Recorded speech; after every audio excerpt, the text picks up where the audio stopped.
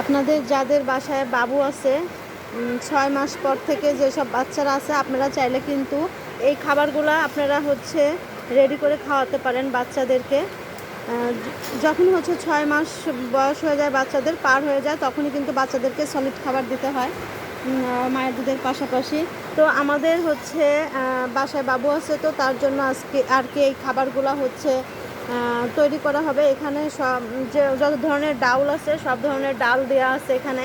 তারপর আছে পোলাও চাল, ভাতের চাউল, নুডলস, তারপরে হচ্ছে কাজু বাদাম, পেস্তা বাদাম, চীনা বাদাম, যত কিছু আছে নুডলস সব কিছু কিন্তু দিয়ে এগুলা মেশিন দিয়ে গুঁড়া করতে হবে। গুঁড়া করে নিয়ে এসে তারপরে হচ্ছে ওকে দুধ দিয়ে রান্না করে আমরা খাওয়াবো। তো আপনাদের হচ্ছে যাদের ঘরে বাচ্চা আছে আপনারা কিন্তু চাইলে এগুলো খাওয়াতে পারেন।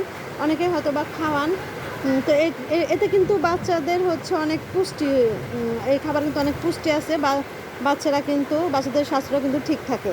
আমাদের যে বাবুটা আছে সেই বাবুটার কিন্তু আমি ভিডিওতে দেখাই, আপনারা হয়তো বা অনেকেই দেখছেন, আবার হয়তো বা অনেকেই দেখেন না। যারা আমার ভিডিও নতুন দেখেন তারা হয়তো বা দেখেন নাই।